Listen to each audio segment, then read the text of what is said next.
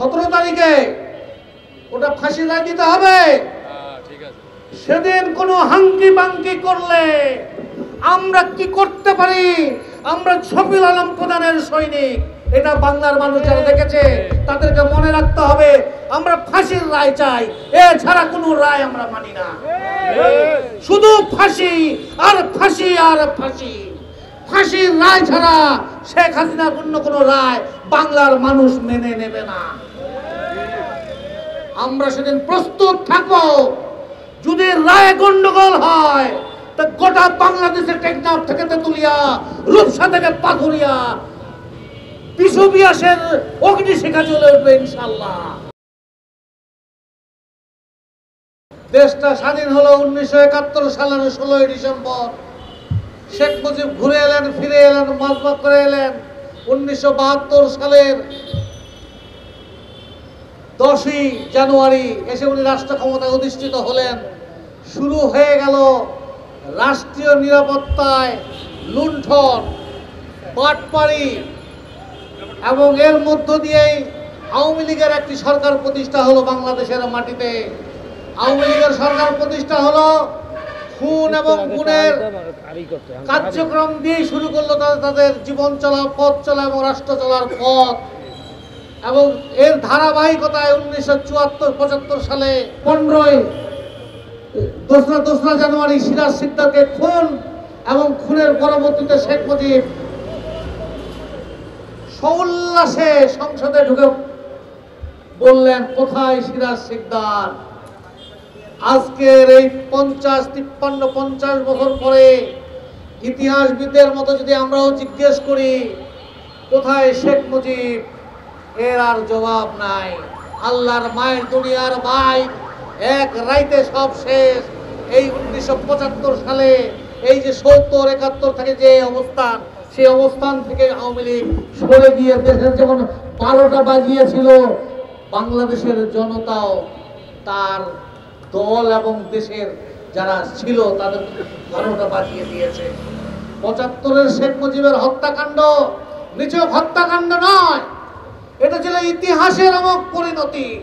এটা ছিল ইতিহাসের চাওয়া যে শেখ মুজিবের মতো একটা সরকারকে আর বাংলাদেশের মাটিতে রাখা যায় না। সেদিন যারা শেখ মুজিবকে উৎখাত করেছিলেন, তার পরিবার সহ তাদেরকে শেষ করে দিয়েছিলেন। পরবর্তীতে শেখ হাসিনা কি করেছে সেটা আমরা জানি, কিন্তু এর জন্য সম্মিলিতভাবে আমরা চেষ্টা করেছিলাম, কিন্তু ব্যর্থ হয়েছি।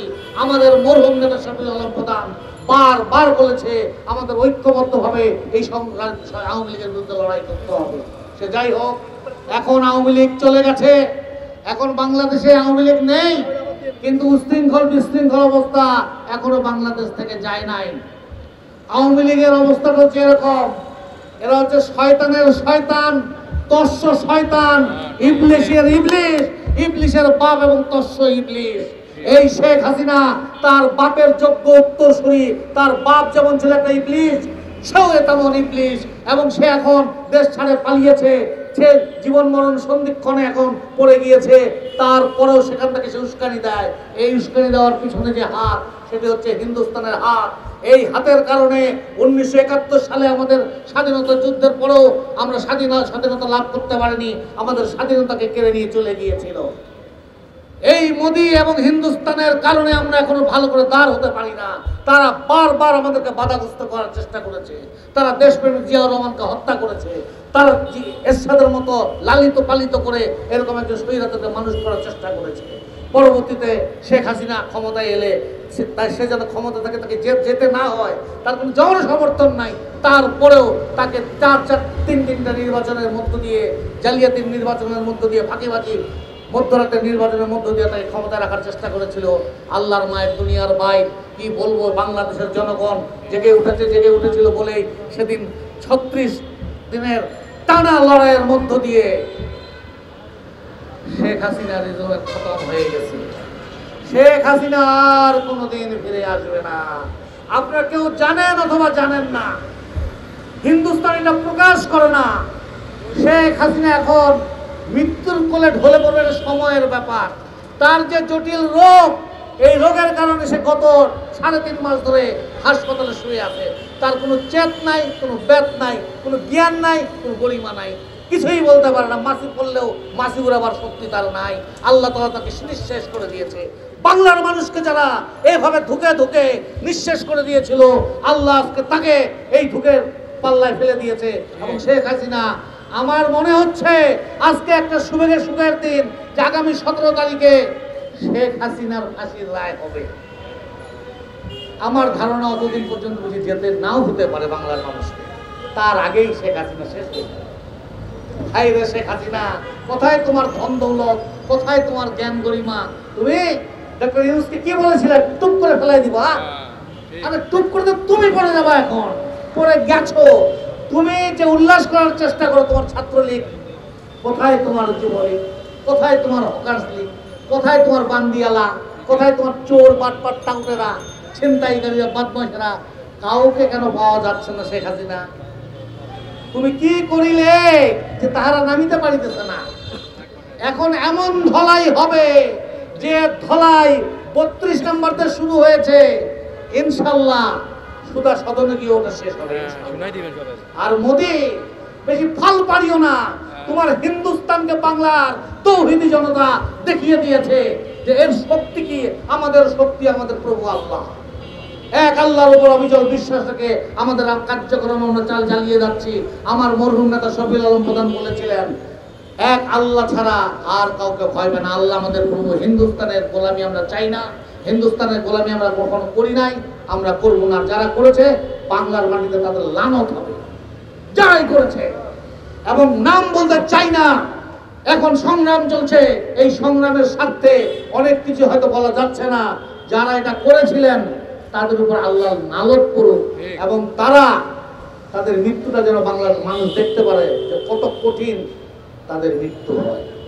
সবাইকে সংগ্রামী শুভেচ্ছা জানাই আজকের এই দিনে। আমাদের ছাত্রলীগ, আমাদের যুবলীগ ভাইরা এসেছে। জাকপার নেতৃবৃন্দ এখানে আসাদুর রহমান খান, সৈয়দ শফিকুর রহমান আছেন। 17 তারিখে ফাঁসি চাই। আর 17 তারিখে ওটা ফাঁসি রায় দিতে হবে। ঠিক আছে। সেদিন কোনো হাঙ্কি বাঙ্কি করলে আমরা কি করতে পারি? আমরা শফিউল আলম প্রধানের সৈনিক। এটা বাংলার মানুষ যারা দেখেছে তাদেরকে মনে রাখতে হবে। আমরা ফাঁসির রায় চাই, এছাড়া কোনো রায় আমরা মানি না।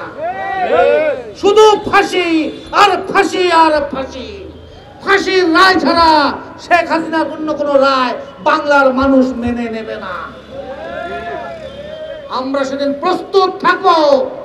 যদি রায় গন্ডগোল হয় তা গোটা বাংলাদেশের টেকনাফ থেকে তেতুলিয়া, রূপসা থেকে পাথুরিয়া, বিশ্ববিয়াসের অগ্নিশিখা চলে উঠবে ইনশাআল্লাহ।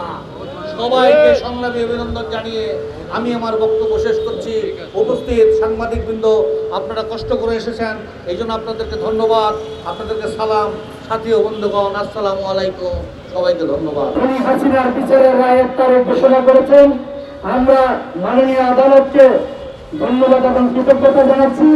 আমরা যুবদলের পক্ষ থেকে প্রত্যাশা করছি, এই দেশের যুব সমাজের কাছ থেকে আমরা প্রত্যাশা করছি যে আগামী 17 তারিখ শেখ হাসিনাকে ফাঁসি কাস্টডিতে দিয়ে মৃত্যুদণ্ড কার্যকর করবেন। এই রায় আদালতের মাধ্যমে যখন প্রকাশিত হবে, আমরা যুবদলের পক্ষ থেকে ঢাকা শহরে মিষ্টি বিতরণের কর্মসূচি দেব ইনশাআল্লাহ। সেই দিন মিষ্টি বিতরণ করা হবে। মৃত্যুদণ্ড কার্যকর না হলে গত 15 বছর যে সকল ভাইয়েরা গুম হয়েছেন, খুন হয়েছেন, 24 জুলাই বিপ্লবে যে সকল ভাইয়েরা শহীদ হয়েছেন, তাদের আত্মা শান্তি পাবে না। অতএব শেখ হাসিনার মৃত্যুদণ্ড হচ্ছে তাদের চূড়ান্ত আত্মার শান্তি। আমরা বলবো আগামী 17 তারিখ শেখ হাসিনার মৃত্যুদণ্ড অবিলম্বে ঘোষণা করবেন আদালত, এবং আমরা সেই দিন রাজপথে থাকবো ইনশাআল্লাহ। কোন আওয়ামী লীগ, গুন্ডা লীগ, ছাত্রলীগ সেদিন যদি কাউকে রাজপথে পাওয়া যায়, তাদের হাত পাকে ভেঙে দিয়ে তাদের গুপ্ত আস্তানে তাদেরকে প্রেরণ করা হবে। সর্বশেষ যে কথা বলতে চাই, ভারতীয় রায়ের পরিকল্পনায় শেখ হাসিনার নির্দেশে সুদূর দিল্লি থেকে যে কর্মসূচি ঘোষণা করা হচ্ছে, আমরা বলবো এটি সন্ত্রাসীমূলক কর্মকাণ্ড। আমরা ভারতীয়দের যেখানে পাবো সেখানে ভারতীয়দেরকে প্রতিহত করবো প্রতিহত করব, কারণ বাংলাদেশ নিয়ে আওয়ামী লীগ এবং দিল্লি ষড়যন্ত্র করছে। আমরা এই ষড়যন্ত্র মোকাবেলা করার জন্য এদেশের সকল যুব সমাজকে নিয়ে রাজপথে থাকবো। আপনারা থাকবেন। সবাইকে ধন্যবাদ। আসুন আমরা দেখি কার সাহস আছে। আমরা বুলেটের সামনে দাঁড়াতে ভয় পাইনি। আমাদের এখানে উপস্থিত আছে ৭১ মুক্তিযোদ্ধা, আমাদের এখানে উপস্থিত আছে ৯০ স্বৈরাচার বিরোধী আন্দোলনের নেতা, আমাদের এখানে উপস্থিত আছে বিভিন্ন ইউনিভার্সিটির এবং রাষ্ট্রীয় রাজনীতি সুন্দরভাবের স্বাধীনতা এবং সাধারণ জনগণ এবং আমাদের ছাত্র জনতা সবাই এখানে উপস্থিত আছে আপনাদের প্রতিহত করার জন্য। আপনারা নাকি বাংলাদেশের তত দক্ষিণ এশিয়ার সর্বপুরাতন রাজনৈতিক দল। আসুন একটু দেখি আপনাদের চেহারাগুলো, যদি সাহস থাকে। আমরা মাঠে উপস্থিত আছি, আমরা প্রশাসনকে সহায়তা করতে চাই, প্রশাসনকে আমরা সাহস দিতে চাই। আমরা জানি ৫ই আগস্টের পর প্রশাসন অনেকটা দুর্বল হয়ে গিয়েছে, তারপর আমরা আপনাদের পাশে আছি। বাংলাদেশ আপনাদের পাশে আছে। আমরা আপনাদের সাথে থেকে আপনাদের সাহায্য করতে চাই। আদালতকে বলতে চাই আমাদের কোনো চাপ না, ওরা সাহস করে আদালতকে চাপ দিয়ে প্যাসেঞ্জার শুরু করেছিল। আপনারা আপনাদের যথারীতি আইনি প্রসেস দ্বারা ওদেরকে ফাঁসির সম্মুখীন করুন। লুটতরাজ দেশের সম্পদ চুরি করে বিদেশে পাচার করে হাজার হাজার কোটি টাকা এই দেশে ঋণ খালাফি করে, ব্যাংক ঋণ খালাফি করে দেশটাকে এক অচল অবস্থায় নিয়ে চলে যাওয়ার পর এই দেশের মানুষ তার নাক কষ্ট থেকে বাঁচার জন্য যখন মরিয়া হয়ে ওঠেন, তখন ছাত্র জনতা এবং জাতীয় গণতান্ত্রিক পার্টি সহ কিছু দেশপ্রেমিক দল দুর্বার আন্দোলন গড়ে তোলেন এবং আন্দোলনের মুখে শেখ হাসিনা এই দেশ থেকে পালিয়ে বেড়াইতে বাধ্য হয়। সে এবং তার সহযোগী যারা আছেন মন্ত্রী পরিষদ এবং অন্যান্য নেতৃবৃন্দ, তারা আজকে ভারতে বসে এই দেশে বাংলাদেশে জাতীয় পার্টি 14 দল এবং তার আরো স্বীকৃত দোসর এবং বর্তমানে নব্য জাগরিত কিছু রাজনৈতিক দলের সহযোগিতায় আবারও সেখানে বসে সে বিভিন্ন উদ্ভট কর্মসূচি দিয়ে বাংলাদেশে অশান্তি বিশৃঙ্খলা সৃষ্টি করতে চায়। আজকে 13 নভেম্বর শেখ হাসিনার মামলার রায় তারিখ ঘোষণা করার কথা, এমন একটি সময়ে এই দেশে তারা যারা দোষর এবং নব্য দোষর যারা সৃষ্টি হয়েছেন, তারা এই দেশের আওয়ামী লীগের ক্ষমতায় গেলে আওয়ামী লীগের সমস্ত মামলা মৌকুফ করে দিবে, এই সকল ভাষণ দিয়ে একটা বেকম সৃষ্টি করে এখানে শেখ হাসিনাকে এবং আওয়ামী লীগকে তার বিচারের ভার থেকে মুক্ত করে নিয়ে আসতে চায়। সহসা আন্দোলন করতে চায় না।